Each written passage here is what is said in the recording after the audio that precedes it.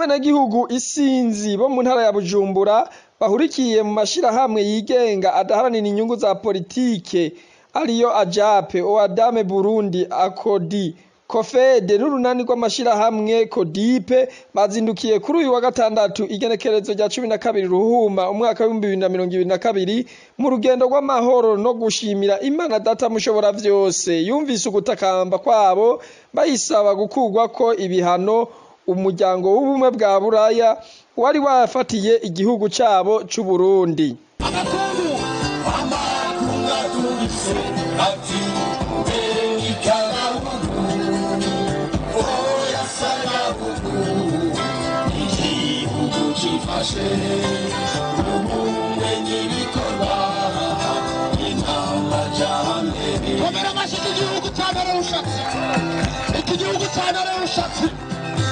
Urwo rugendo rw'ibirometero birenga 3 mu kanyamuneza n'amashimwe bwabereye kw'ibarabara rikuru ry'igihugu nimero ya mbere aho bita kw'ipine bavuye ku biro vya zone Mageyo muri komine Mubimbi.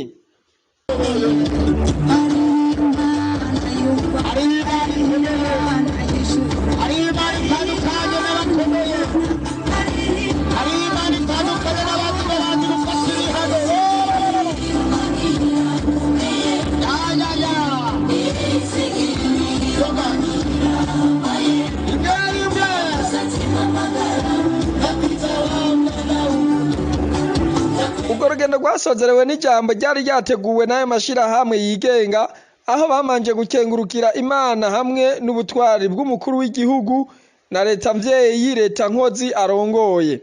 Nathanael Nimbona yaserukiye OADAME Burundi yamanje kwibutsa abaraho ico ivyo bihano vy'akarenganyo vyari vyavuye ko aca yerekana ko Uburundi bwagumye ku kivi mbere haranatunganwa n'amatora meza. Amakungu yagiye yabona buke ko abarundi ari ba nzirubusa, arico gituma uyu munsi ibintu biriko birasubira mu buryo haba mu gihugu canke mu migenderanire y'u Burundi n'ayandi makungu. Twagomba tubonereho akaryo ngo dushimire icese bivuye ku mutima ibihugu n'amashirahamwe batanguye gutahura. Turashimiye kandi ingingo y'igihugu ca leta zunze ubumwe za Amerika yo kudukurako ibihano badufatiye ku karenganyo.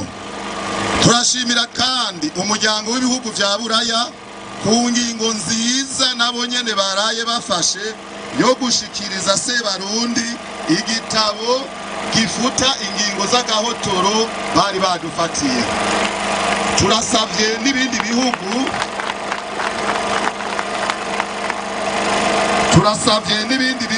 vyoba bikiri muri iyo nzira y'ibihano ko bofatira kuri ako karorero keza.